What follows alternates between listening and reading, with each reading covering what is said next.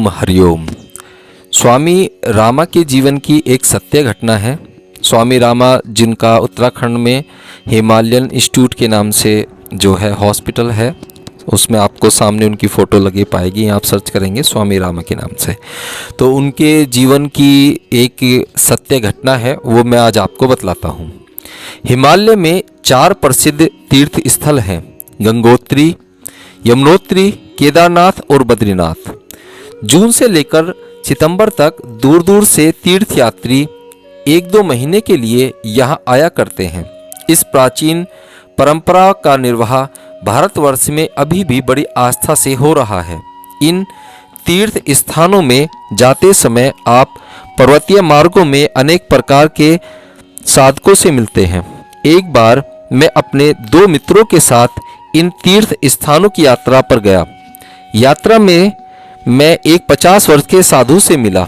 इनका जन्म उत्तर प्रदेश के बांदा चित्रकूट जिले में हुआ था। वह अत्यंत शांत और विनम्र थे। रास्ते में वह भी हम लोगों के साथ हो लिए। इस तीर्थ यात्रा के समय हम लोगों का यही प्रयास हुआ करता था कि हम लोग सामान्य रास्ते से न जाकर सीधे और छोटे मार्गों से अपनी तीर्थ यात्रा करें। एक दिन सायंकाल हम लोग एक गुफा में रुके और आग जलाकर आलू भूनना प्रारंभ किया। उस समय आलू ही एकमात्र हम लोगों के पास भोजन था। उन महात्मा जी के पास कुछ भी नहीं था, अतः उन्होंने भी हम लोगों के साथ प्रसाद पाया। प्रसाद ग्रहण करने के बाद बातचीत के प्रसंग में उन महात्माओं ने अपने जीवन से संबंधित एक कहानी सुनाई। वह इस प्रकार है।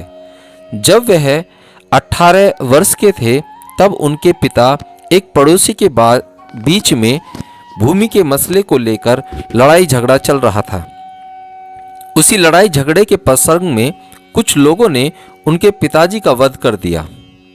ईर्ष्या वह पिशाचनी है जिसका जन्म अहंकार के कोख से होता है तथा स्वार्थ एवं आसक्ति के द्वारा उसका पालन पोषण होता रहता है।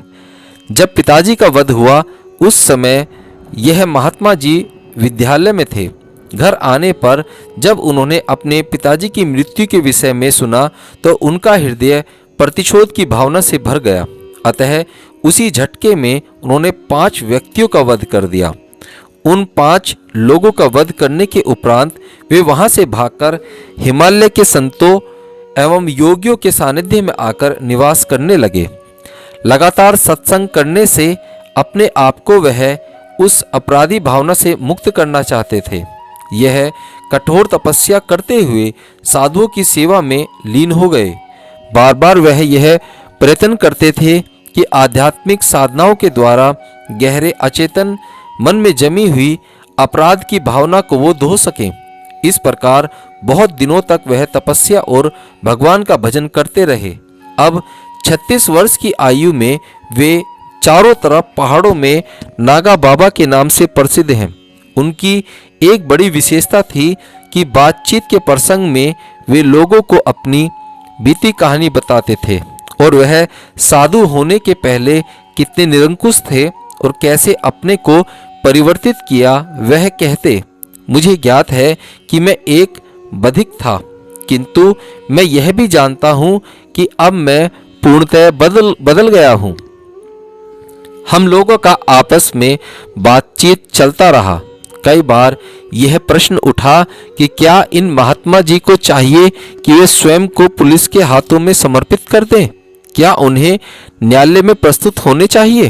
काफी देर तक वार्तालाप के उपरांत हम लोग इस निष्कर्ष पर पहुंचे कि वे स्वयं को न्यायालय में प्रस्तुत कर दें। अतः दूसरे दिन प्रातःकाल वे महात्मा तीर्थ स्थल की ओर न जाकर अपने पुराने गांव की ओर लौट पड़े। उन्होंने पुलिस स्टेशन जाकर अपनी पूरी कहानी सुनाई। पुलिस वालों ने उन्हें अपने संरक्षण में रखकर न्यायालय में प्रस्तुत किया। न्यायाधीश ने पुलिस वालों से पूछा कि इनका अभियोग पत्र कहाँ है तथा इनके विरुद्ध क्या अभियोग लगाया गया है। पुलिस ने 36 वर्ष पुरानी घटना का विवरण दिया, किंतु इसके समर्थन में कोई भी लिखित प्रमाण न था। विविध प्रश्नोत्तरों के पश्चात न्यायाधीश को जब यह ज्ञात हुआ कि इनका अपराध क्या है और उस अपराध को करने के उपरांत इन्होंने अपना जीवन कैसे बिताया, तब इन महात्मा जी को निरपराधी घोषित करके मुक्त कर दिया। इसके पश्चात वह महात्मा फिर से हिमालय लौट आए। मनोवैज्ञानिकों के अनुसार सभी अपहरण मन की असंतुलित अवस्था में किए जाते हैं। मैं इस बात से सहमत हूँ कि न्यायालय अपने संवैधानिक मूल्यों की रक्षा में तत्पर है, किंतु क्या इन अपराधियों को सुधारने एवं सुशिक्षित करने का कोई मार्ग नहीं है? लोग किसी मानसिक असंतुलन के कारण अपराध करते हैं या हम उनके सामने ऐसी समस्या पैदा कर देते हैं कि वे अपराध करने के लिए बाध्य हो जाते हैं। अतः अपराध के इन दोनों महत्वपूर्ण कारणों का गंभीरता से अध्ययन किया जाना चाहिए।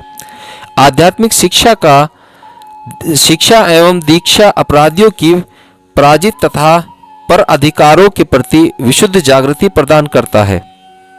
यदि अपराध एक रोग है तो इसका निदान भी होना चाहिए। अपनी स्वतंत्रता पर विचार करते समय मेरा हृदय कारागार में पड़े हुए अपने ही भाइयों का स्मरण करके द्रवित हो जाता है। यह एक महती विडंबना है। मेरे विचार से तो आत्मोन्नति एवं आत्मशुद्धि का एक पवित्र वातावरण निर्मित करके हम उनकी वास्तविक एवं चिरस्थायी सहायता कर सकते हैं। आज भी हम मानव समाज सुसंस्कृत नहीं हो पाया है। विश्व में कोई भी ऐसा राष्ट्र नहीं है जहां मानव धर्म पर आधारित निःशुल्क शिक्षा, स्वस्थ सेवा, समान मानवाधिकार तथा निष्पक्ष न्याय पाया जाता हो। हमें एक ऐसे समाज का निर्माण करना है जिसमें व्यक्ति की समस्त आवश्यकताओं की पूर्ति समान रूप से की जा सके। हरिओम। बाकी अगले अंक में।